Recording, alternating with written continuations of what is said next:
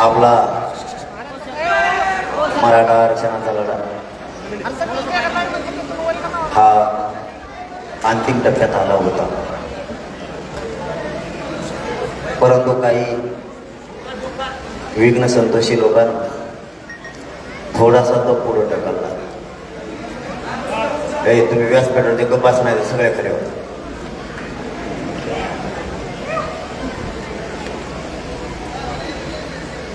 लढाई जवळ आणली होती, थोडीशी लांब गेली, पण त्यांना असं वाटलं होतं लांब गेले म्हणजे थांबत, पण जिथं 2 करोड मराठी जमले ते आता थांबत नसते आरक्षण घेतल्याशिवाय. आरक्षण विषय सोडून देण्यासाठी माझे मायबाप मराठी जमले नव्हते. प्रत्येक मराठ्यांच्या घराघरातल्या माणसांचे इतके हाल त्यावेळेस झाले. माझ्या 350 पेक्षा जास्त मराठा बांधवांच्या आत्महत्या झाल्या. हजारो मराठा तरुणांवर गुन्हे सुद्धा या राज्यात दाखल केले गेले. तुमच्या इथं नवरदेवावर झाला म्हणजे महाराष्ट्रातला पहिलाच नवरदेव असं भाग्यवान. मराठा समाजासाठी स्वतःच्या सुखाच्या दिवसाचे सुद्धा त्यांनी या जातीसाठी कदर केले नाही. आपण सगळे त्याच्या पाठीशी. त्यांना काय होणार नाही मी शब्द देतो तुम्हाला, काळजी करू. मी फक्त आरक्षण होस्तरच करते, मी पण सगळ्याचे हिशोब क्लिअर करणार. आता विषय आरक्षणाचा अंतिम टप्प्यात आला. फक्त सगळ्या सोयऱ्यांची अंमलबजावणी राहिली. अधिसूचना सरकारनं काढली. 2000 आणि 2001च्या कायद्यात दुरुस्ती करून 2012च्या कायद्यानुसार मराठ्यांना ओबीसीतून सगळ्या सोयऱ्यांची अंमलबजावणी करून द्यायची. एखादी जात किंवा एखादा समूह ज्या कायद्यानुसार ओबीसी आरक्षणात गेला आणि त्या कायद्याची जर दुरुस्ती करायची असली तर अधिसूचनेशिवाय पर्याय नाही.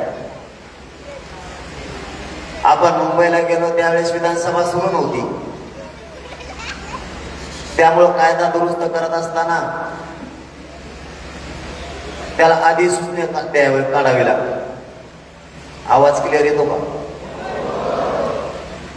सरकारनं अधिसूचना काढली, 15 दिवसात हरकती मागितल्या.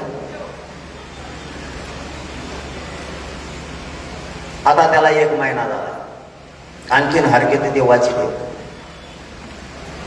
किती दिवस वाचित आहेत त्यांनाच माहीत. पण या 15 दिवसाच्या काळात त्यांनी एक गेम केला. मराठा समाजाला 10% आरक्षण द्यायचं त्यांनी ठरवलं, जी मराठा समाजाची मागणीच नाही. मी तुम्हाला एक प्रश्न विचारतो. काल देवेंद्र फडणवीस म्हणाले की मराठा समाज दिलेल्या 10% आरक्षणामुळे खुश आहे. तुम्ही खुश आहेत का? गेला असं त्यांना ऐकाय, कारण मी घर सोडलं की ते माझ्या मागच असतात काय बोलतो बाबा.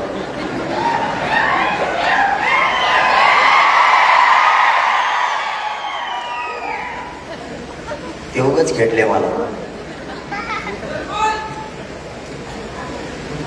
जातीचा निष्ठावंत असणाऱ्या माणसाला खेटायचं नसतं.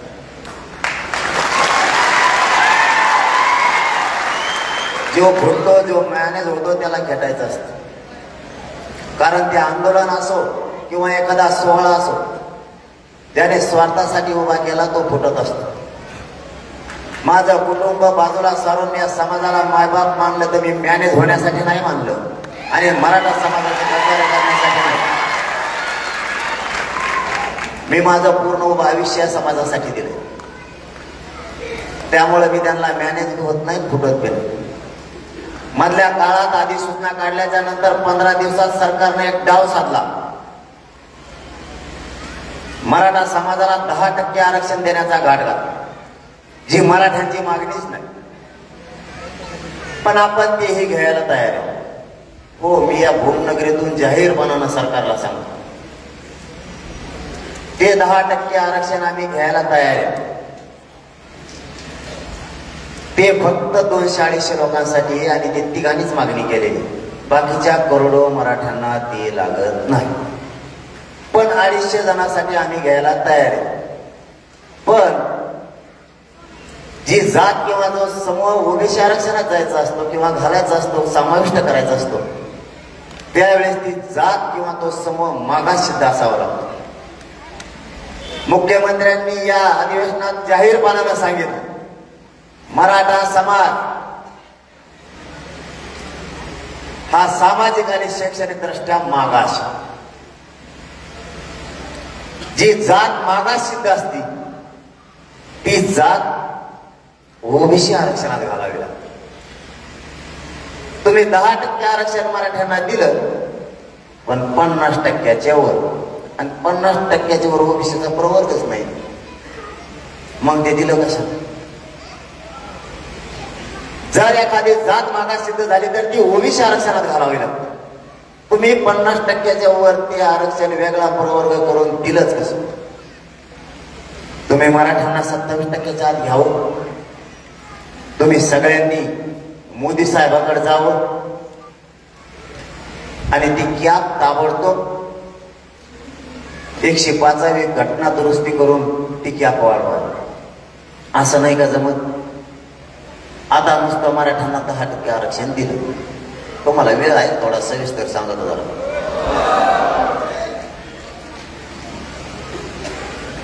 10% मराठ्यांना आरक्षण दिलं, कॅप वाढवली नाही. आता ते दिलं वेगळं. पहिलं होतं 13%. ECBCतून 2018ला दिलेलं आरक्षण होतं 13%, 12-13% नोकरीत आणि शिक्षणात. आता हे जे 10% दिलंय, हे 10% ओबीसीच्या सगळ्या सवलती या 10%ला लागू नाही. मग कशाला दिलं? याच्यात इंजिनिअरिंग मेडिकल कॉलेज नाही,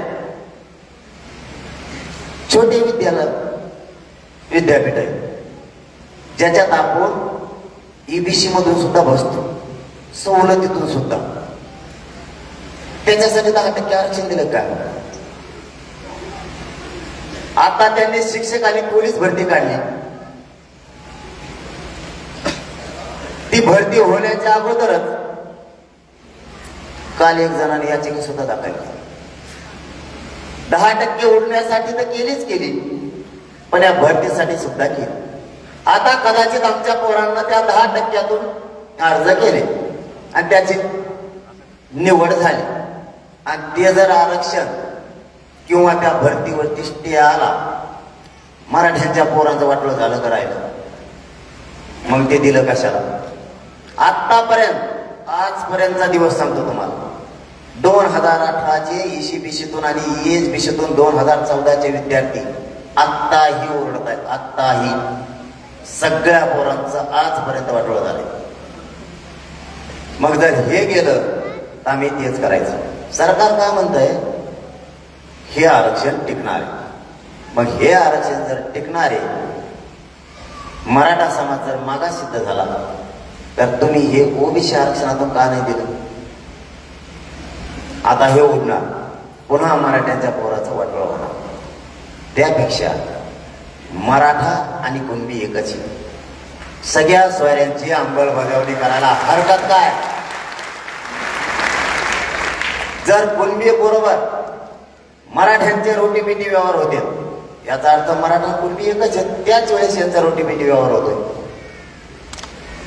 तुम्हाला सिद्ध करायचं होतं मराठा आणि कुणबी एक आहे का? तर आहे. कारण 57 लाख मराठ्यांच्या नोंदी आतापर्यंत सापडल्या, त्या 63 लाख कालपर्यंत झाल्या. मग मराठा आणि कुणबी एक हे सिद्ध करण्यासाठी किती पुरावे पाहिजेत तुम्हाला? आता त्यांचा असा अंदाज होता, त्यांचा अंदाज जरा वेगळा होता. हे 10% आरक्षण दिलं, मी हो म्हणत, आणि मी काय मराठ्यांना फसू शकत नाही. तुम्ही माझी मान जरी कापून नेली ना तरी मी मराठ्यांना नाही फसू.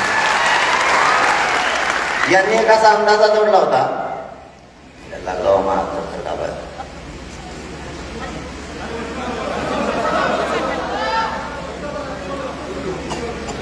थोडा वेळ कम जोडतो लगेच सुरू करतो.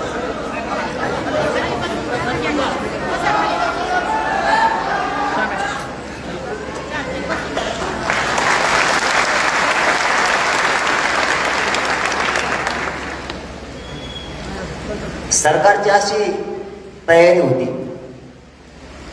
की हे 10% स्वीकारेल आणि मी 10% स्वीकारत नाही.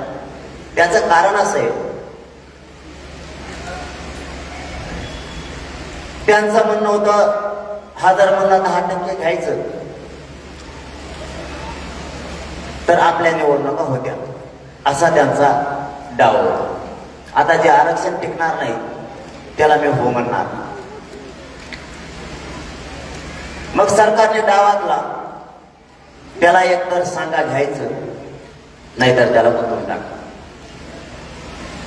आणि ही आतली खबर मला 22 तारखेलाच कळाली.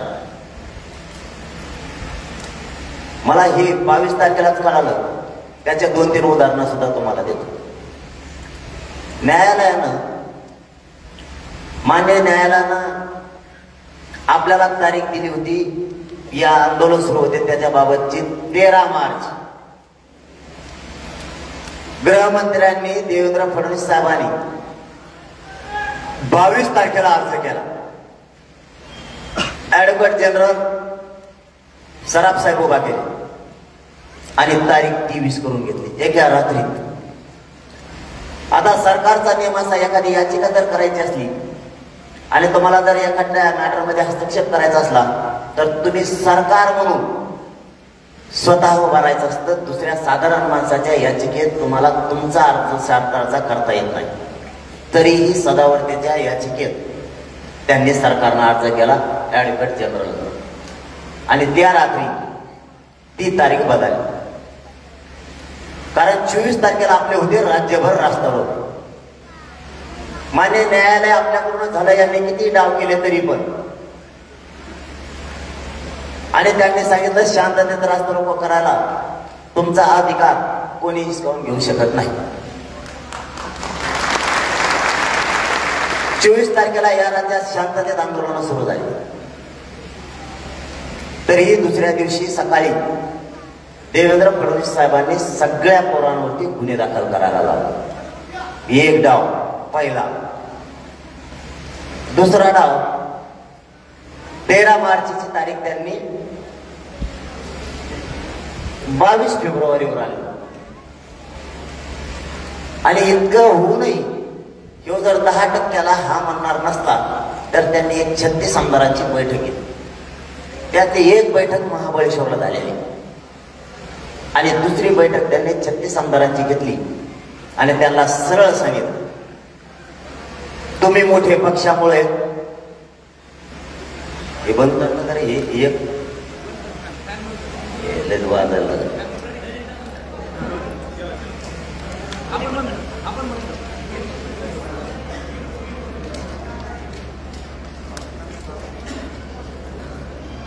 त्यांनी 2-3 हे डाव केले आणि त्या आमदाराबरोबर त्यांनी एकच सांगितलं, तुम्हाला आणि मला पक्षानं मोठं केलं आणि पुन्हा माझं दिल्लीत जर वजन ठेवायचं असलं आणि तुम्हालाही पुन्हा तुमचं भविष्य आजमावायचं असलं त्याला रोखणं गरजेचं आहे. म्हणजे मला मराठ्यांच्या मधला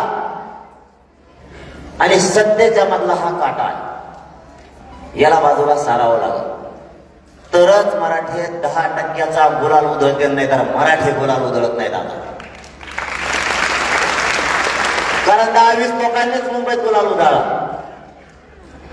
2018ला राज्यभर मराठींनी गुलाल उधळला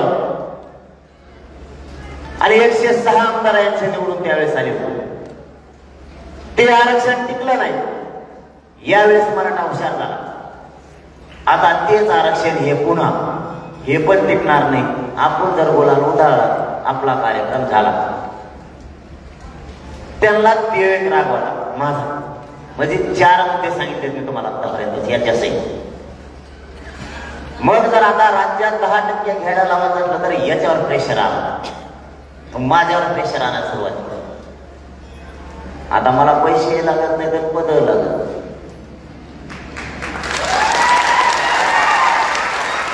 मग म्हणजे आता दुसरं काम करा, त्याला गुंतवा.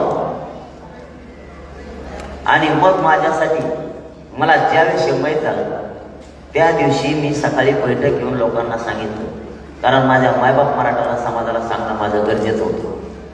मी सांगितलं मी जातो आता त्याच्या दारात. इकडं तिकडं तरी कशाला, तो यात किती दम येते बघतो, नाही तर माझ्यात किती दम येते.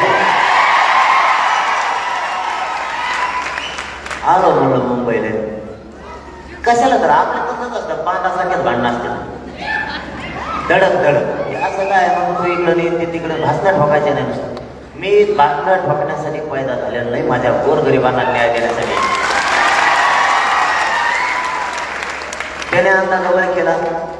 मी नुसता व्यासपीठावर उठलो, 5-6 किलोमीटर लाईन होते, पिढ्याचे बांधव होते आमचे सगळे. आणि लोक बी 60-70 हजार होते माणसं. 15 मिनिटात मी जर येवल्या पद गेला असतो ना त्या याडपाट्याच्या 90,000 गाडी झाली असते. 90,000 गाडी माझ्या पाठीला नुसती येवल्यापर्यंत. यांनी अंदाज केला आता सगळे वेगळेच लोक येणार आहेत आणि मुंबईत काय होऊ शकत. मला 12 किलोमीटरवर जाऊस तरच इतक्या गाड्या लावल्या, चौक नुसते पोलिसच दिसायचे, कोणत्या बांधव हालताच आहे ना, कोणालाच फोन करतो. पण मी काम करताना चतुर आणि चाणक्यानं करतो, चांगल्या बुद्धीनं करतो. कारण त्या दिवशी होती रात्र आणि माता मावल्या होत्या 7-8 हजार. माणसं 25-30 हजार होतं, पण माता मावल्या 7-8 हजार होत्या. जर तिथं काही चकमक झाली असती आणि देवेंद्र फडणवीस सुद्धा नेमकं तेच करायचं, आणि जर तिथं काही चकमक झाली असती पूर्ण राज्यात दंगल लागली असती, हे राज्य बेचिराग झालं असतं आणि मला ते होऊ द्यायचं नव्हतं. मी वय केलं तेव्हा म्हणला सागर बंगल्याच्या दारा उघडे ठेवतो. म्हणलं मग बरं झालं दार उघडे ठेवतो म्हणल्यावर स्वागत करतो म्हणे. सागर बंगला हा शासकीय, कोणी पण तिथं येऊ शकतो. आणि मला 12 किलोमीटर जाऊस तरच दरवाजे बंद केले, सगळे पोलिसच लावले. आणि त्या पोलिसांना दोष देऊन मी का उपयोग नाही म्हणतो, ते वरून काढ्यात त्यांना नावीला त्याला काम करावं लागतं. म्हणून त्या पुण्याला सुद्धा यांना दोष देऊ नका, त्याच्याच मागं लागायचं. पूर्वी काय होतं तुम्हाला माहिती आहे? पूर्वी जर एखादा लेकरू जन्मलं ना 5व्या दिवशी त्याचं नाव ठेवते आणि आता त्याच्या कानात बोलती, कानात किती नाव ठेवते. सध्या ती देवेंद्र फडणवीस झाली, त्याच्या बोलणे घेत नुसते पोलिसांच्या कानात किती हे करा ते करा, हे करा ते करा. सध्या अशा भूमिकेत येतो की त्याचे पोटाचे नळ सुद्धा फुगलेत मराठ्यात वर्षाने. पूर्वी नळ फुगलेत त्याच्या पोटात. इतका मराठा द्वेष त्याचा ठासून भरलेला आहे. आतापर्यंत त्यांचा द्वेष दिसत नव्हता. त्याचं कारण सुद्धा तुम्हाला सांगतो. मी आरोप करायचा म्हणून करत नसतो. 6 महिन्यात देवेंद्र फडणवीस साहेबांवरती एक शब्द सुद्धा बोललेला नाही. पण ज्यावेळेस त्याने आपल्यावर डाव टाकायचा प्रयत्न केला ना, मग आपल्याकडे सुट्टीच नसते. मग तो कुणी व्यस्त जगल भुजबळ कसा गप बसला सध्या. तेव्हा म्हणतो बरं झालं माझा तिकडे गेला, येऊ आता चलून दे तिकडं तुमचं. माया मागा लागलं होतं म्हणला हे बरं झालं तिकडं गुतलं लपला. आता हे सगळं ते मोकळा झाला असताना सण झोपतोय 2 दिवसाचे. तरी आज काहीतरी म्हणलं म्हणून पत्रकार बांधतो म्हणलेत मला तो बंदे तो का रे बाबा काही म्हणला ना सगळे सोडून दे ना, तो आहेच मागा लागेल. मग मी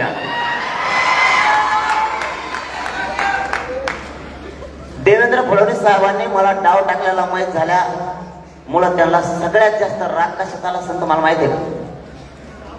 याला इतक्या डिटेल मध्ये माहीत झालं कसं? म्हणजे त्याने लोक कोणाच्या फोडले मय हे आजूबाजूच्या कामाला बसलेलं नाही बेकार असते ते यांचं नाही टेन्शन आहे मला. हे पटकून कोणाचे होते नाही यांचा भरासच नाही. पण मी असा नमुना आहे, माझ्या जर डोक्यात आलं नाही फुटले त्याला डायरेक्ट व्हायलाच पडत खाली तिकडं. मराठ्याच्या विरोधात जरा जवळ बसून देत नाही. मग आता देवेंद्र फडणवीस साहेबांना एवढं डोकं पाहिजे, एवढे मोठे सत्ता झाली ते इतके फोडाफोडी करते.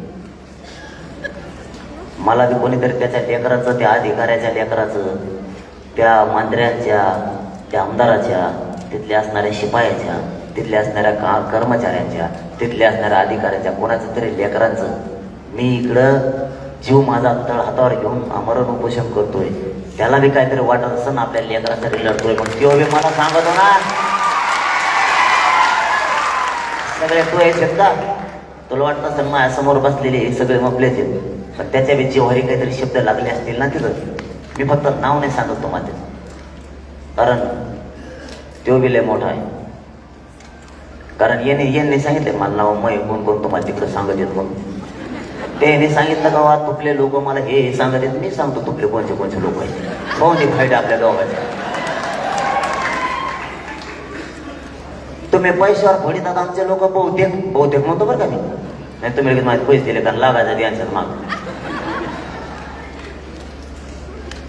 तर तुमचे लोक माझ्या इमानदारीमुळे फुटत आहेत. मला हे माहीत झालं आणि त्यांना सगळ्यात जास्त फडणवीस साहेबाला ती चिड तयार झाली. आपल्यात कोण आहे बोलून दाखविण्यापेक्षा त्याने काय केलं, एका रात्रीतच लगेच ठरवून टाकलं याची चौकशी करा. मै सकाळी विधानसभा अध्यक्षांनी लगेच मंजुरी पण दिली. एका सेकंदात देवेंद्र फडणवीस साहेब उठले. एका सेकंदात लगेच म्हणले येईल अंमलबजावणी, यासाठीला अंमलबजावणी. आता मला सांगा मी असं काय वाईट करतोय? गोरगरीब मराठ्यांचे पोरं मोठे व्हावेत, राज्यापासून केंद्रापर्यंत ते अधिकारी बनावे. तुम्ही दिलं हे राज्याचं आंदोलन आरक्षण, आमचा मागतो ते आरक्षण राज्यापासून केंद्रापर्यंत आपले क्लास 1 पासून क्लास 4 पर्यंत अधिकारी बनणार आहेत. IPS IAS दर्जाचे माझे मराठ्यांचे लेकर अधिकारी बनणार आहेत त्या आरक्षणामुळे. ते आरक्षण मी मागतो. आणि त्यांनी तो डावरा चालला आणि SIT नेमली. SIT कोणाला पाहिजे माहिती? मी तर तयार आहे बाबा. मी दवाखान्यातून सुट्टी घेऊन कमावलं माहिती तुम्हाला. 4 दिवस होतो मी दवा हॉस्पिटलला, 5 दिवस. मला अशी कुणकुण लागली आणि मला लागलेली खरी असते. कारण आतापर्यंत मी आंदोलन बघितलं असेल, मी खोटं करत नाही. मला कुणकुण लागली, SIT तुमच्या चौकशीला येणार आहे. म्हणलं मग आता हॉस्पिटलला तर येऊ शकत नाही, कारण काही रूल असते. एखाद्या माणसाने जर भांडणं केले आणि त्याला जर पोलीस पकडायला आले आणि त्याच्या डोक्यात बसलं आता आपल्याला पोलिस धरून नेणार आहेत, ते काय नाटक करतं माहिती आहे तुम्हाला? माझ्या पोटात कळली गेली, माझा BP वाढला, मग दवाखान्यात जाऊ दे. आता दवाखान्यात नेल्यावर न्यायालय काय सांगत, जीव महत्वाचा, आधी चौकशी नंतर. जीवच गेला तर चौकशी कायच करता? मग ते दवाखान्यात बसतोय सलाईन घेऊन. मी उलट केलंय. मला चौकशी हे कळालं की मी डॉक्टरला सांगितलं मी नीट झालं तर कर बाई सुट्टी, आणि मी अंतरवाली राहिलो. नीट माझ्याकडे यायचं यासाठी चौकशीला लागायचं. तुम्ही अहवाल तयार करा, तसा करा, तसा माहिती जेलला बसायला तयारी. माय बाप मराठ्यांना तुम्हाला सांगतो, आयुष्यभर मी सोडलो ना जेलमध्ये तरी आरक्षण ओबीसीतून घेणं देवेंद्र फडणवीस साहेबांकडून.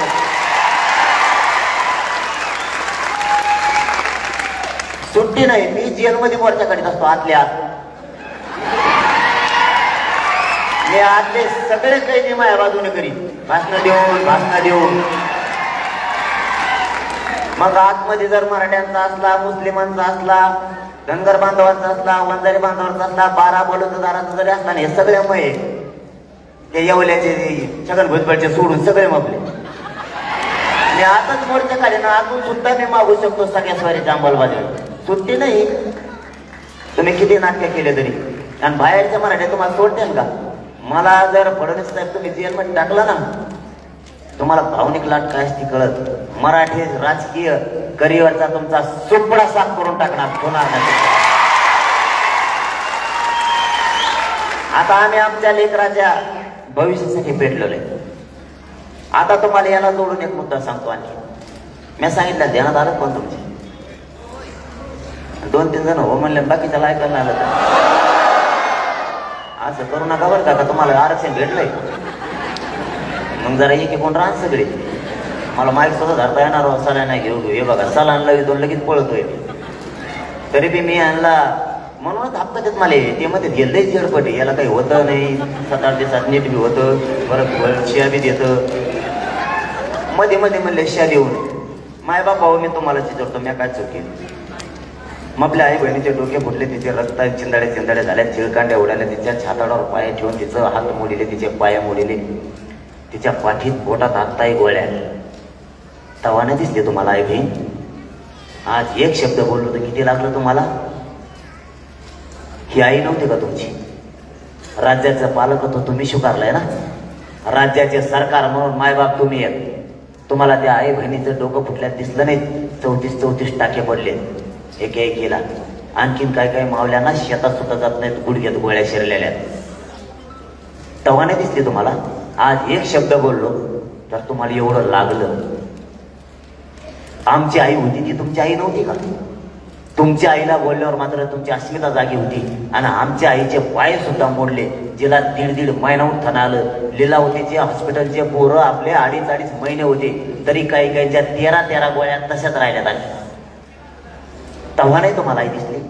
एका 9 वर्षाच्या पोरीच्या पायात गोळी शिरली तर 1.5 लिटर पाणी तिच्या पायातून निघलं. तेव्हा तुम्हाला तुमची लेकीसारखी ती लेख नाही वाटली का. आज आम्ही एक शब्द बोललो तर तुमच्या इतकं जिव्हारी लागलं. आणि आमच्या आई बहिणीला तुम्ही इटाने सुद्धा मारलं. तेव्हा काय नाही वाटलं तुम्हाला. आणि मी 4 शब्द बोललो तर त्याच्यातला फरक सुद्धा तुम्हाला सांगतो. मराठ्यांच्या आमदाराला आणि मंत्र्याला आपण 3 महिन्यापासून सांगतोय तुम्ही सगळ्या सोयऱ्याच्या कायद्याच्या बाजूनं अधिवेशनात बोला. एक सुद्धा बोलला नाही. एकही. आणि त्या दिवशी मी नुसतं पक्षाला आणि नेत्याला बोललो. अख्खे मराठ्यांचे आमदार आणि मंत्री एकूण झाले. आमच्या नेत्याला बोलला. आमच्या पक्षाला बोलला. तो हा पक्ष आहे का जाते. पक्षाचा नेता तो आहे का तो जाते. तुला काय तो पक्षाच्या नेत्यानं आणि तुझ्या पक्षानं कॅनडातून मतदान आणलं होतं काय निवडून आणायला. मराठ्यांनी मतदान करून तुला मोठं केलं नाही का. मग जर तू मराठ्यांच्या जीवावर मोठा झाला तर तू आज मराठ्यांच्या बाजूला बोलायला पाहिजे होता. तोही तुझ्या नेत्यांबद्दल अस्मिता जागी झाली. तुझ्या जातीबद्दल सुद्धा तुझी अस्मिता जागी व्हायला पाहिजे होती. तू का म्हणला नाही. तो आमदार आहे मंत्री आहे. मराठ्यांच्या मताच्या जीवावर तो मोठा झालाय. तू म्हणायला पाहिजे होतं. 3.5 महिने झाले सगळे सोयऱ्याची अधिसूचना तुम्ही काढली. तुमच्या नेत्याला म्हणायला पाहिजे होतं हिची अंमलबजावणी करा. जर जरांगे पाटील काय बोलले तर आम्ही त्यांच्या कानात धरून मी सुद्धा कानात धरून माझ्या जर चूक केली तर तुम्ही का बोलत नाही. आपल्या पोरांच्या बाजूनं तुम्ही नेत्याच्या बाजूने भाषण ठोकायला लागले. आणि काही मंत्री आमदार तर मागणीच करायला लागली याला अटक करा. म्हणलं या ना मग. मी कोण नाही म्हणतो. मला अटक करायचं म्हणलं माझ्या 80,000 पोरं वांदरवली देऊन बसते. मी जायला तयार आहे ना. पण तुमची जितकी अटक करण्याची दुटप्पी भूमिका आहे तितकीच तुमच्या नेत्याला का सांगत नाही तुम्ही. आता तुम्ही सावध. आपण ज्यांना मोठं केलं ना मग ते कोणत्या पक्षाचा असू दे एक बी आपल्या बाजूने बोलला नाही. एक सुद्धा. ना विरोधी पक्षाचा ना सत्ताधाऱ्याचा. आणि जीवावर निवडून आले आपले. मग आपल्या पोरांच्या बाजूने कोण बोलणार आता. आता तरी सावध व्हा. तुमचे पोरं मोठे करण्यासाठी ते लढले नाहीत. कालचा विषय तुमच्या डोळ्यासमोर आहे. त्याचे पोरं मोठे करण्यासाठी तो लढलाय. त्याचे पोरं मोठे कसे होणार. ते मंत्री झाल्यावर. मंत्री कोणा जीवावर व्हायचं आपल्या. आणि बोलायचा कोणाकडून नेत्यांकडून. आणि आपल्या पोरांकडून कोण बोलायचं. मी बोलतोय तर मला अटक करा म्हणते. मी बोलतो तर मला एकट्याला उघडं पाडायला निघाले. सगळे आमदार एकीकडून झाले, मग मराठी बी एकीकडून झाले. आता गप्प पडले. आता त्यांनी 7वा डाव टाकलाय. तुम्हाला 6 सांगितलं, ध्यानात आहेत का? विचारू का त्यातले 2-3 मग?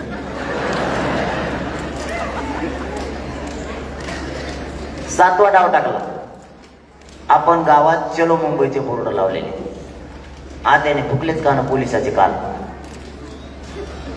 देवा ते दमत धरे ना. ते रोज काना फुकी ती बारीक लेकराचं नाव ठेवतात नाही का, काना फुकी देत लेकरात. तसं आत्याची भूमिकाच पार पाडी त्या देवेंद्र फडणवीस साहेब सध्या. काल सांगितलं ते बोर्डच काढून घ्या. काय करतात बरं चलो मुंबईचे बोर्ड? त्याच्यावर काय दगड लिहिलेलं आहे, त्याच्यावर काय गोटागोटी लिहिलेलं आहे का, त्याच्यात काही केंद्र आहे दहशतवादाचे लिहिलेले, ठिकाण दिलेलं आहे तिकडे ये म्हणून, किंवा त्याच्यावर असं काही लिहिलेलं आहे का तिकडच्या गल्लीत जाऊन आपल्याला कापाकापी करायची येतो का? त्या बोर्डावर लिहिलंय का? चलो मुंबईचे बोर्ड कालपासून काढायला चालू केले. बरं आता तुम्ही काढले, गावकरी बिले कलाकार आहेत. ए बुळबुळ बसण्यात उठायचो, आरक्षण पाहिजे तुम्हाला. आणि एका चपला लोटीचा काय बोली करते काय खाली जा मंडपच्या खाली काय टोकून बघतो? आईस्क्रीम हे काय?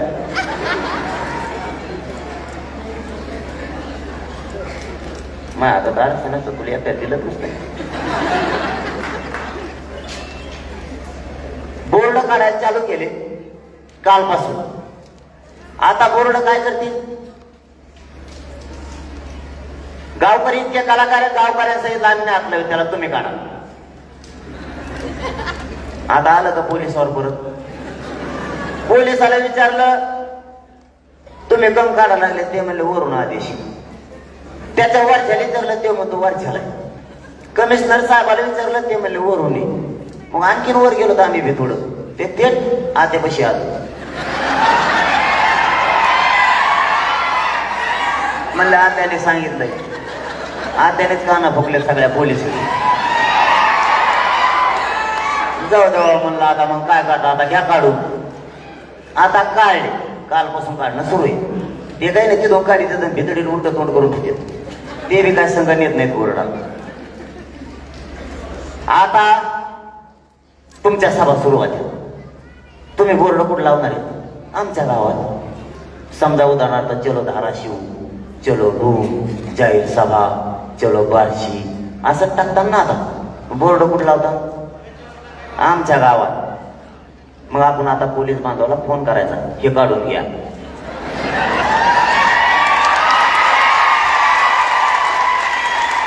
आणि समजा त्याने ते नाही काढले तर नका का काढेना. आपल्याला शांततेत राहायचं. आपला पहिल्यापासून शांततेत सत्य. पहिल्यापासून मी तुम्हाला शांततेतच यांच्या छातावर बसून आरक्षण घेतलं लागेल. तुम्ही काळजी करू नका. फक्त माझं शरीर मला उपोषणात साथ द्यायला हो. आता जास्त त्रास व्हायला मला. रोज सकाळ संध्याकाळ मला सलाईन घ्यावं लागतात, नाही तर चालत असतं. माझं शरीरानं फक्त साथ द्यावा मला, तुम्हाला आरक्षण मिळूस तर. यांचे किती बी पठ्ठेन किती भारी भारी यांना उत्तपातच करतो. फक्त माझ्या शरीराने मला साथ दिली पाहिजे आणखीन एक 8-15 दिवस तरी. कारण माझं शरीर मला आता सध्या कसलीच साथ देत नाही. समजा यांनी नाही काढले, नका काढून देऊ. हे पॉम्पलेट कुठं लावणार आहेत? आपल्या पिताला. चलो कुठं तरी म्हणायचे, नाही तर चिन्ह त्यांची निवडणुकीचे हे पॉम्पलेट कुठं लावणार आहेत? आपल्या बेताडाला. फाडायचे नाही बरं का ते. ज्या पोलीस बांधवांनी पहिले आपले बोर्ड काढले होते त्यांना बोलून घ्यायचं, त्यांना म्हणायचं एवढं या माया बेताडाचा आता काढा. नाही तर मग एक काम करा, आमचं ह्या पॉम्पलेटवर ज्याचा फोटो आहे त्याच्यावर गुन्हा दाखल करायचा. आपल्यावर गुन्हा दाखल केला की नाही, त्यांनी बोर्ड लावला म्हणून मग आमच्या बेताडाला ज्याचा फोटो आहे त्याच्यावर गुन्हा दाखल करायचा. कायदा सगळ्याला सारखा. आणि त्याच्यावर जर आत्याचा फोटो असला तर पुनरच करू नका, आत्यावरच केशी करायचं सगळ्या.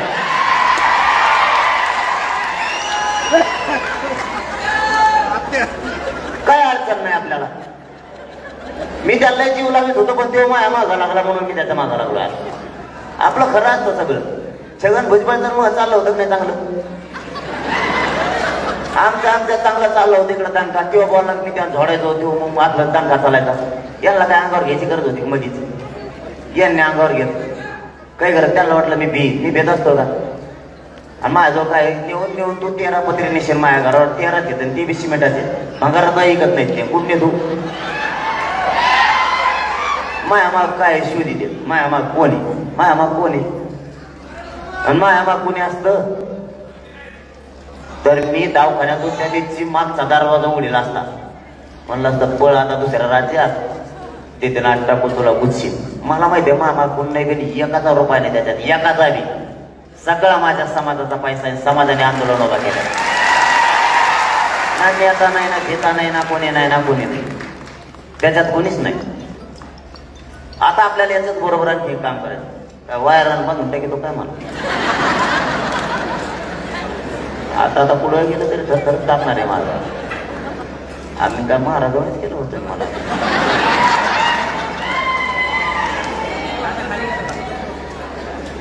बोल म्हणा रातभर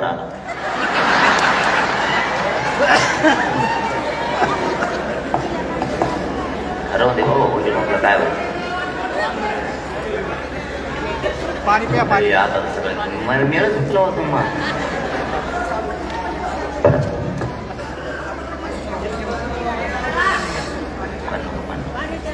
याला वाढी तो पुढं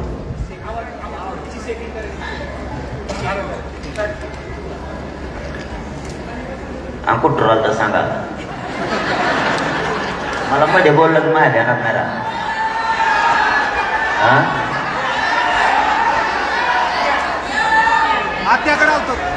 आणि विषय काय होता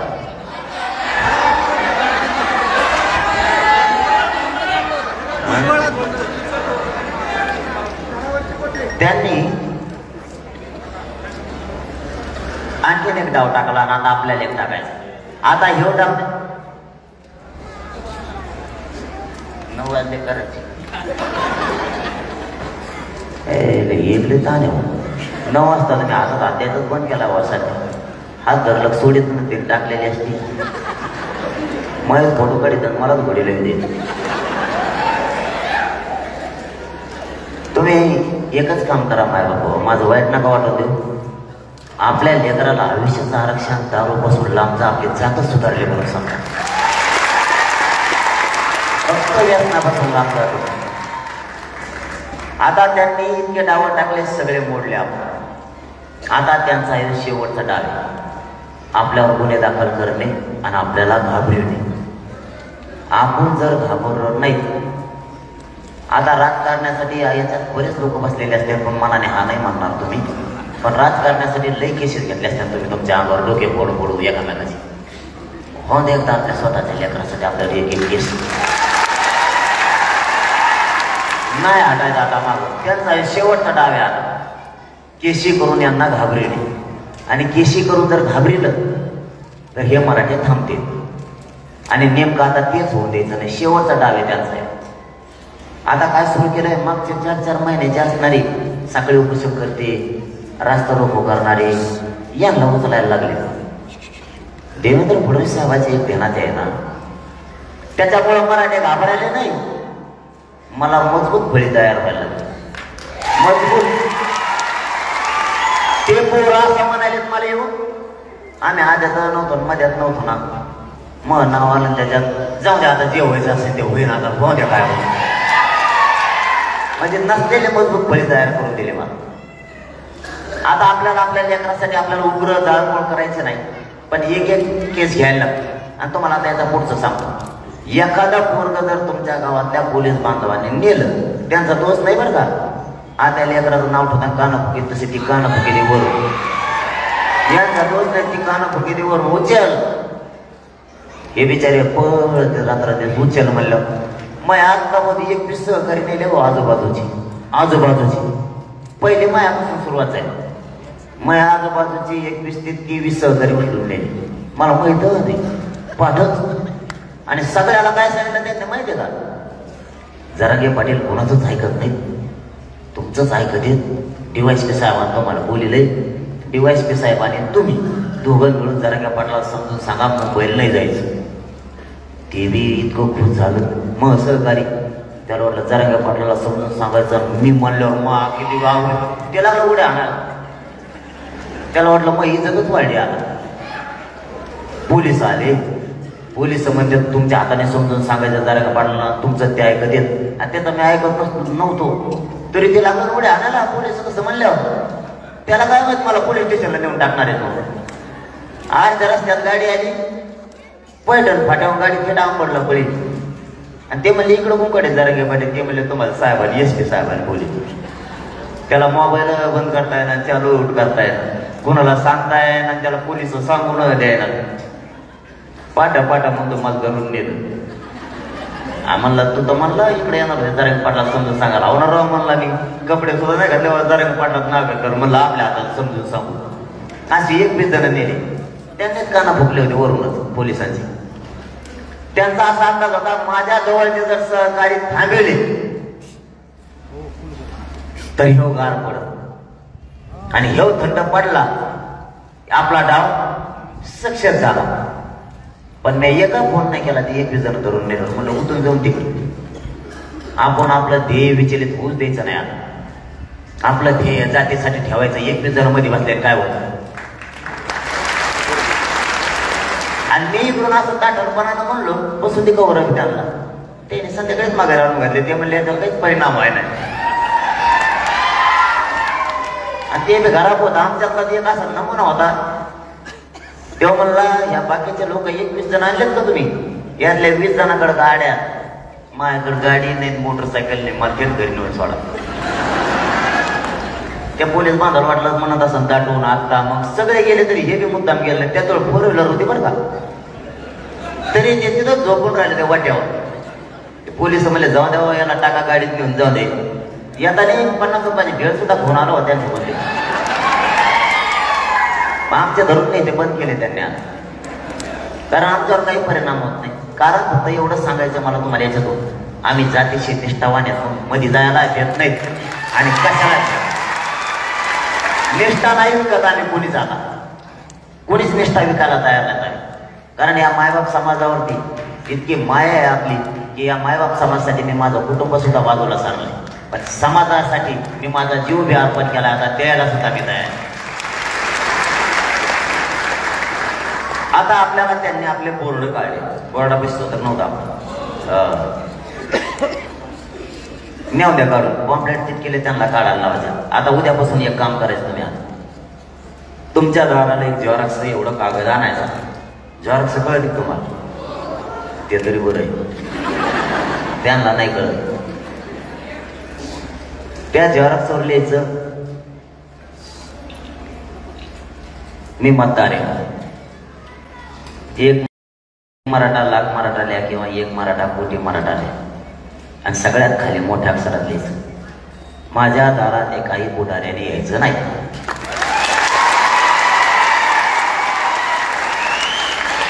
तुम्ही आमच्या गावात आम्ही मुंबईला चलोचे बोर्ड लावले तर काढले.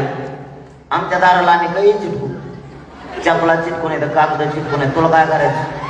आम्ही दार उघड ठेवून दार टकर टकुऱ्याला घेऊन येतो. आमचं दार तुला काय करायचं. आता दाराला तर काही म्हणणार नाही ना.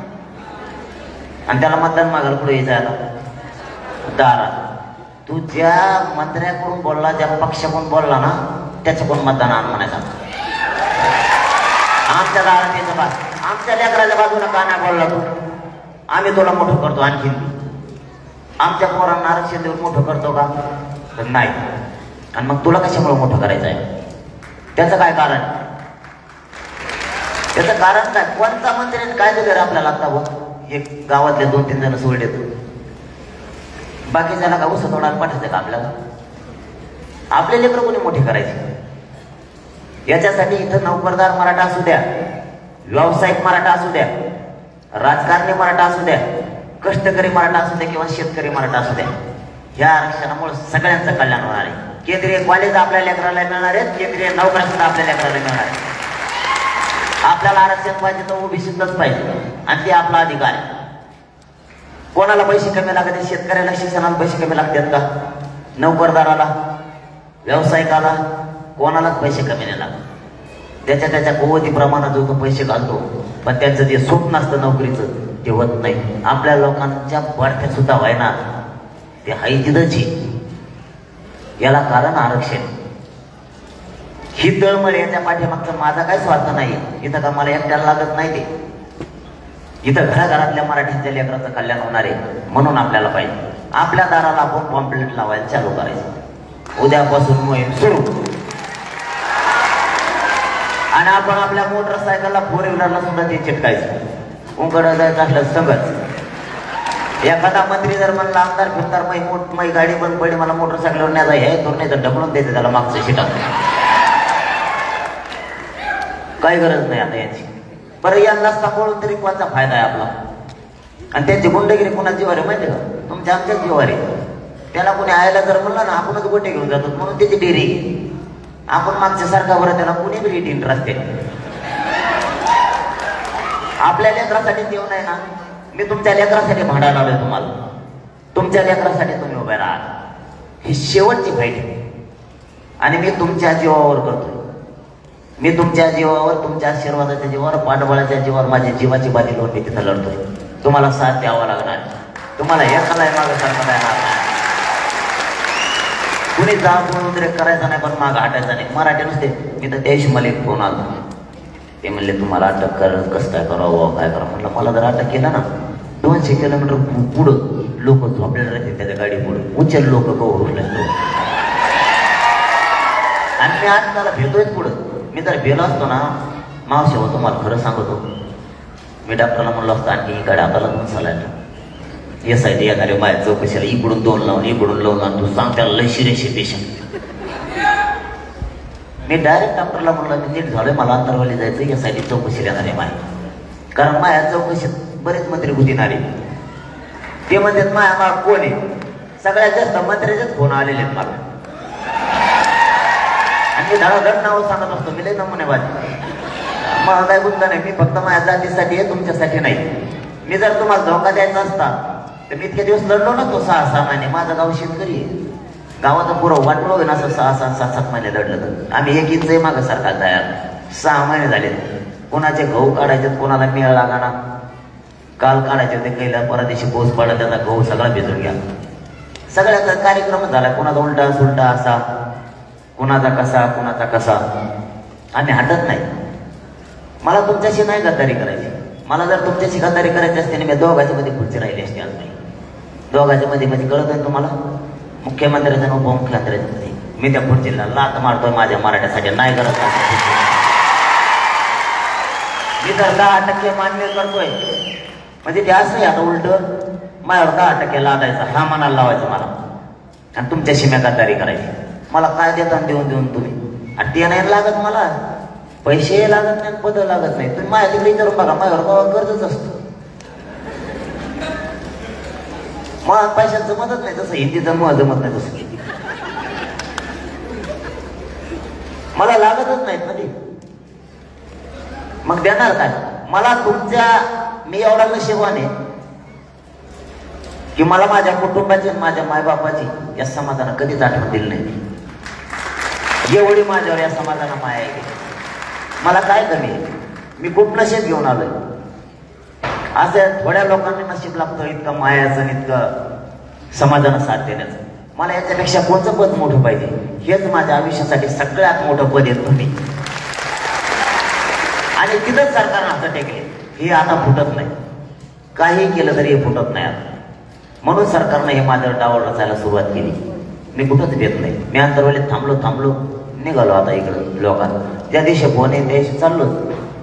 कोणत्या दिवशी होती पण त्यांनी मला जर अटक केलं त्या देशातली भावनिक लाट पहिली असत की सगळा राजकीय सोपडा साफ होणार यांचा. मराठी पुरा मी जितका जाईल तितकं त्यांचं वाटोळं होणार. मी बाहेर राहिलो तरी कमी होईल. आणि माझ्याजवळ काहीच नाही. कोणीच सापडू शकत नाही.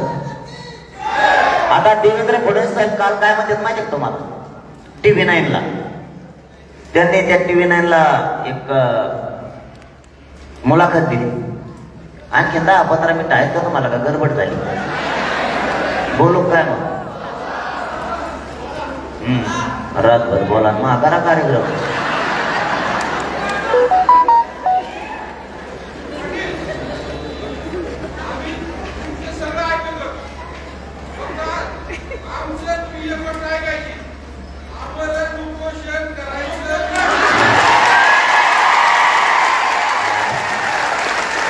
आता ते बंद केलं.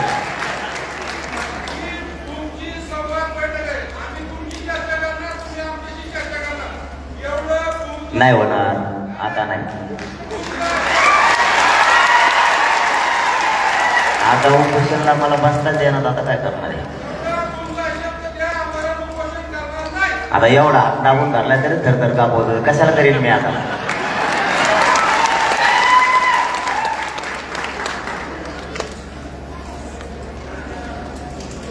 कुठची घालता आपण?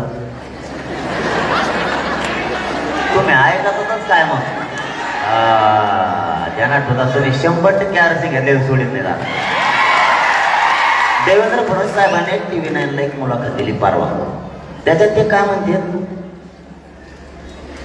मला अगोदर म्हणते मला मध्ये बोलत जमतच नाही. मी त्यांना सुद्धा मध्ये बोलू देत नाही माय. नाही मग आधी त्यांना म्हणत असतो तुम्हाला काय बोलायचं सगळं बोल. मग माझा का चालू केला की मग माझं असतं बरोबर. TV9ला त्यांनी आणि त्याच्या अगोदर 2 दिवस सांगितलं माझ्या पाठीशी उद्धव ठाकरे साहेब आणि शरद पवार साहेब. त्याच्यावर 2 दिवसांना देवेंद्र फडणवीस साहेब काय म्हणतात माहितीये का? आंतरवालीला शरद पवार साहेब गेले. त्यांच्या उभ्या आयुष्यात त्यांचा एवढा अपमान झाला नसेल. एवढा अपमान आंतरवालीच्या आंदोलनात पवार साहेबांचा केला आणि पवार साहेबांना रस्ता बदलून गावाला लपवून. मग आता तुम्हाला एवढं तर कळलं पाहिजे. तुम्ही एकीकडून म्हणता आमच्या मागे शरद पवार साहेब आहेत, एकीकडून म्हणतात आमच्याच आंदोलकांना त्यांना पळून लावलं. मग आमच्या मागे नेमकं कोण? ते तर आता कळलं त्यांना. काल 12 मध्ये होते सगळे जण. ते त्यांना तिथं मेळ लागला याच्या मागं कोण येत नाही. सरकारच हे सगळे लोकच आहेत. आणि ते म्हणजे त्याच्या मागं कोण आहे यासाठी चौकशी करायची. आता माया मागं कोणी जर फोन आलेले बघितले ना सगळे तुमच्याच लोकांचे आलेले आणि ते काय काय मानलेले त्याच्या बी रेकॉर्डिंग केले. मी सगळ्याच सुट्टा मग सोशल मीडिया आम्हाला चांगला माहिती. तुम्ही यासाठी कोणाला लागायला पाहिजे ते माहिती आहे का? तुमच्या भोवती जे आजूबाजूला फिरतात ना हे सगळे भ्रष्टाचारी. यांची तुम्ही चौकशी लावायला पाहिजे होती. माझी काय लावता? तुम्ही त्यांची चौकशी लावा. त्या तुमच्या भोवती या सुगंधी अगरबत्त्या असतात का तसे मिळतात चौकून. म्हणजे तुमच्याकडे गेला की लगेच तो चांगला होतो. आता मी समजा तुमच्याकडे येतो म्हणलो मग यासाठी उठली असत ना. अरे नको तू आज 7-8 वर्षावर मायावर तू तरी आरक्षणच घ्यायची. म्हणजे तुमच्याकडे आलं की लगेच चांगला आणि तुमचं नाही ऐकलं की टाका मध्ये या. आणि मध्ये काय मी जे बाहेर खातो तेच आत खाईन. मला बाहेरच तेवढंच लागत. मी एक चपातीच्या पुढं खातच नाही. आता तेवढीच असते जणू छगन भुजबळ साहेब म्हणते तेवढीच असते. ते म्हणते कांदे मिळत येतात काय खातो चपाती कांदे तो आहे मी बी. मला बाहेर तेवढंच लागतंय. मला तरी किती लागत? मी नाही गद्दारी करणार माय बाबा तुमच्याशा. तुम्हाला ओबीसीतून आरक्षण सगळ्या स्वारीच्या अंमलबजावणीच देणार. तेव्हाच मरणार. तेव्हा मरत सुद्धा नाही. फक्त तुम्ही हटू नका. आता यांनी एवढ्या चुका केल्यात. आता तुम्हाला शेवटच्या चुका सांगतो थांबतो कारण मला जायचंय 92 किलोमीटर. आणि मला तिथून नांदेडला जायचंय. मला लय पांगलंय. मला मी तसं लग्न नको म्हणतो. एकाच लग्न लागलं दुसरी मध्ये आम तिथं झाला. आम्हाला काय भेट रेटत नाही. आता लग्न करीत करीत करीत आम्हाला शेवटचं लग्न ज्याच्या आता लग्नात जायचं ना आम्हाला त्याचा सभा घेतो आम्ही याच्या आधी. त्याची सभा होती 6 वाजता सायंकाळी. ती झाली 5 वाजता. त्याला असा लोड आलाय. ते मग तुम्ही 3 तारीख लग्नाची पुढे ढकलेली बा. सभा सारखं करू नका बा. पाठ आला ते एक पाहुणा नाही राहायचं. आणि त्याने मायासाठीच खरं सांगतो तुम्हाला 3 तारीख पुढे ढकलेली लग्नाची. आता येईन मग येईन आता येईन मग येईन. एवढ्या वेळ सुपाशी सुटलं मी त्याला हा म्हणलो. त्याला भरासाच या नाही. ते व्यासपीठा नुसते फोन करते 5-5 मिनिटाला कुठं आले रे. पाठा फक्त 5 वाजून देऊ नका भाऊ. 8च्या आत या. कारण ते ठेवलेलं ते तळ्यात लग्न. तळ्यातच ना सभा तळ्यातच होती. आणि लग्न सभा ठिकाण तुला तिथं अशी थंडी आहे. जाळा मोठ्याला लावला तरी मी वाकून जातो तिथं. ते म्हणतो नवर आम्हाला दोघांना हॉस्पिटलवर बसा लागून भाऊ तुम्ही लवकर नाही आले पूर्णे पाहुणे आम्हाला आणते म्हणून मला तिकडं लवकर जायचंय कारण त्याने लय तारखा पुढं टाकलेले. तुम्हाला फक्त एवढं सांगतो यांनी किती डाव टाकले आरक्षण घेतल्याशिवाय सुट्टी नाही आणि ते पण ओबीसीतूनच गेला. मग कोणी आडवाय त्याच्याशिवाय सुट्टी नाही. कदाचित तुमची पुन्हा एकदा गरज लागू शकते जशी अंतरवालीला 14 तारखेला बांधावर मराठा उभा होतो. 2 करोड मराठी अंतरवालीत आले. एखाद्या वेळेस जर वेळ पडली तर पुन्हा एकदा आपल्याला एकत्र यावं लागतं कारण यांची जी राज्यात आंतरवालीसह महाराष्ट्रात दडपशाही सुरू झाली ना ही जर थांबवायची असली तशा तर बैठका सुरू झाल्या. प्रत्येक तालुक्याला मराठ्यांनी माझ्या अगोदर बैठका सुरू केल्या. गेवराई, बारामती, सातारा, सांगली, लातूर, हिंगोली सगळ्या तालुक्यात बैठक झाला. आज खूप मराठ्यांच्या बैठका सुरू झाल्या आणि त्या बीडला तर वेगळंच आहे. तुमच्याकडे मी म्हणते उमेदवारात काय आणलं लफडं तुम्ही नवीन कार्यक्रम होईल का? एक गाव आहे कोणतं तरी तिथं 1000 रुपये केले आणि 23 लाख रुपये सध्या त्या गावात. ते म्हणजे आता आपल्या गावातले 23 लाखाला किती लागत आहे डिपॉझिट भरण राव बा. आता मला असा धाक पडलाय समजा 30,000 उमेदवार उभा राहिले कदाचित जिल्ह्यात तर बॅलेट पेपर वाचरायचं पुढं.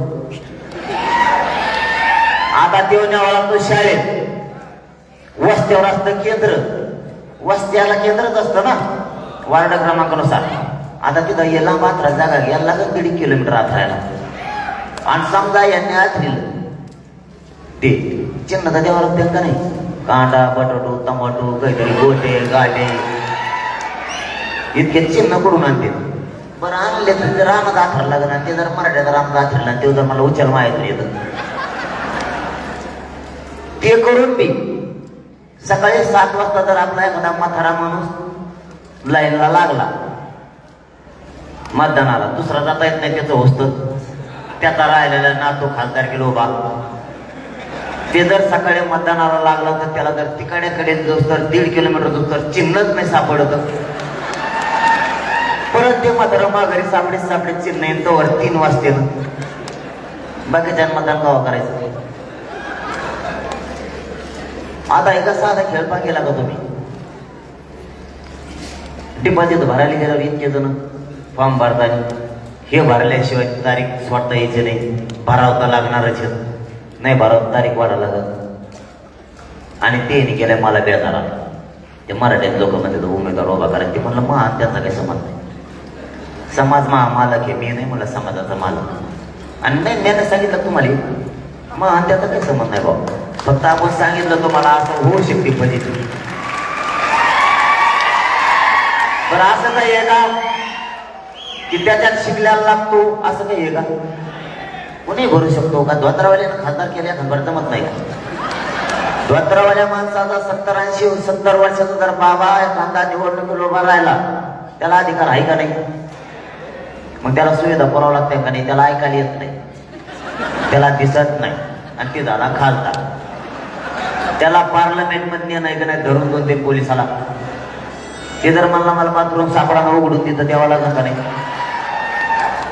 मग ते का सोपी गोष्ट आहे का? ती जर म्हणला मला एसटी वाचत येत नाही बसून ती द्यावं लागत का नाही? आणि मग अशा समजा आपण एक तुम्ही मी नाही बरं का तुम्ही अशा 5-25 खासदार माता मावल्या 5-25 म्हातारे माणसं जर केले मेलं ना सरकार यांना येड घालू आता हे लय पांगायचं मागे दिसतो खेळ. आता ते केलं मला बेजार. आता एक कसं आहे म्हणलं मला नाही वाटलं आपलं वेगळंच आहे त्याचं वेगळंच आहे. ते म्हणतात नाही असं होऊच शकत नाही तुमच्या शब्दाच्या पुढं ते नाही तुम्ही त्यांच्या शब्दाच्या पुढं नाही. म्हणलं मग आम्ही फॉर्म भर म्हणलो का आणि मग काय अधिकार नाही का भरायचा? कोणी भरू शकतो असं काही एका शेळ्या मागच्याने फॉर्म भरू नये. शेतात काम करतो जे नाव थांबतो त्याने भरू नये. जो रिक्षा चालितो त्याने भरू नये असं काही आहे का? काही पोरत मध्ये राज्यात आपल्या बापाला नाही विचारतात पहिले ऐकणारे फॉर्म भरणार. आता काय करायचं त्याचं? इथं कोणी काय का कोणाचं एक जण राहणार म्हणला काल गावात चर्चा चालू होती, तुझा तुला फॉर्म भरणार आहे, तुम्ही खासदार केला आणि तेव्हा विषय लागला. तेव्हा म्हणला मी काय कमी का, मग मी भरेन, मला सोयाबीन ते पण भरेन. आणि अशी जर तरा मराठ्यात सुरू झाली तर मराठ्यात येतं कोणी नादी लागू नये. आणि ही जर तरा सुरू झाली, रिशील जर मराठी लागले तर मला वाटतं 70-80 पुढे ते मराठ्याचेच फॉर्म जाते का काय घेऊन. तेराची शेळे एक असतात पण फॉर्म भरीत असते. सरकारने शहाणपणाची भूमिका आणखीन घ्यावं, माझं प्रामाणिक म्हणणं आहे. त्या तुम्ही आम्हाला केशी करून फुटाणे करून काय होणार. आणि विशेष करून देवेंद्र फडणवीस साहेबांना माझी विनंती आहे, तुम्ही शहाणे व्हा. तुम्ही आमची सगळ्या सोयरीची अंमलबजावणी द्या. तुम्ही सांगितलं होतं महाराष्ट्रातले सगळे गुन्हे मागे घेऊन ते घ्या. हैदराबादचं गॅजेट घ्या, बॉम्बे गव्हर्नमेंटचा गॅजेट घ्या, सातारा संस्थांचा तुम्ही गॅजेट घ्या आणि शिंदे समितीला 1 वर्षाची मुदत वाढ द्या. आणि ज्या 57 लाख नोंदी मिळाल्या त्यांच्या परिवाराचे जे प्रमाणपत्र थांबले ते प्रमाणपत्र ताबडतोब द्या. आम्हाला द्या, आम्हाला राजकारणाचं काही देणं घेणं नाही. आम्हाला फक्त आमचे पोरं मोठे करायचे, तुमचं राजकारण जळू. आणि देवेंद्र फडणवीस साहेब तुम्हाला या भूमनगरीतून सांगतो, तुम्ही आमची सगळ्या सोयरीची अंमलबजावणी द्या, आम्हाला राजकारणात शिकाय देणं घेणं नाही. हेच मराठ्या तुम्हाला डोक्यावर घेऊन पुन्हा नसते. फक्त आम्हाला आमच्या मराठ्यांच्या पोरं मोठे करायचं, आम्हाला तुमच्या राजकारणाचं काय देणं घेणं नाही. पण तुम्ही नाही दिलं, तुम्ही जेलला टाकायचे डावर असले आणि काही डावर असले. काल एक फडणवीस साहेब डावर असला होता, काही माता माझ्या माझ्याकडे रुमाल घालून पाठवलं होत्या भाजपच्या. फायदा काय झाला त्याचा माहिती आहे का मला. त्या मायाकडे आल्यामुळे माया राज्यातल्या सगळ्या माता मावल्या एक झाल्या त्यांच्यामुळे. ये बरं म्हणजे तू आता काय दुसऱ्या मध्ये येत तिथं म्हणजे हे मला माणसं तयार करून द्यायला लागले. पोरं गुंतविले, दुसरे पोरं माझ्यासाठी फौज तयार झाली. महिला पाठविल्या, राज्यातल्या पुऱ्या महिला माझ्याकडून झाल्या. दुसऱ्या बारीने आढळली म्हणजे मग आम्ही काय माहिती नाही काय तुला दाखवत होतो. मग या होतं ते म्हणजे सगळं उलट करते, त्यांच्या काळात गुतायला लागले. आता अधिसूचना त्यांनी काढली, त्यांना अधिसूचनेची अंमलबजावणी करावीच लागणार. त्यांनी ती करावी. या भूमनगरीतून मी या संवाद बैठकीच्या माध्यमातून त्यांना सांगतो, तुम्ही अंमलबजावणी द्या, आम्हाला राजकारणाचं काही देणं घेणं नाही. भाजप, काँग्रेस, शिवसेना, राष्ट्रवादी काही आम्हाला देणं घेणं नाही. आम्हाला फक्त आमचे लेकरं गोरगरीब मराठ्यांचे मोठे करायचे. आणि तुम्हाला जाता जाता शब्द देतो, माझं काही स्वप्न नाही या गोरगरीब मराठ्यांचे पोरं यांच्या अंगावर आरक्षण देऊन गुलाल टाकायचा म्हणजे टाकायचा, जीव गेला तरी. आणि मी ते घेतल्याशिवाय सोडत नाही म्हणजे नाही. तुम्हाला शब्द आहे माझा, त्यांना काय षडयंत्राचा चित्रच नाही. फक्त तुम्ही एकजूट फुटून देऊ नका. आपल्याला आपले लेकरं मोठे करायचे. आणि तुमचा तालुका जिल्हा तुम्ही स्वतःहून पिंजून काढा. 9 तारखेपर्यंत शांत राहा. कोण काय करतोय काय नाही बघा. कोणचा राजकारणी काय करतोय, कोणचा विरोधात बोलतोय, कोणचा आपल्याकडून एक कोण डाव टाकतोय, कोण काय काय करतोय, फार काही लक्ष ठेवा. कारण आपल्याला ते गरजेचं आहे. त्यांना असं वाटलं पाहिजे आपण भेलो मागं सरकलो. काही तर म्हणते टेम्पोच कमी झाला. मला टेम्पोच कळा ना, टेम्पो म्हणजे काय. आंदोलनाचा टेम्पो कमी झाला. हे बरं भूममध्ये येऊन बरोबर आंदोलन टेम्पो कमी झाला का ट्रक कमी झाला काय सांगायचं बसल्या बसल्या घरात. फक्त एकजूट फुटून देऊ नका. पुन्हा एकदा मराठी जागे करा. आपल्याला ही संधी चालून आलेली ही सोडायची नाही. मी मरेपर्यंत तुमच्याशी गद्दारी करणार नाही शब्द तुम्हाला देतो आणि थांबतो. धन्यवाद. जय श्री. लोकशाही मराठी ऐका, पहा, जागरूक रहा.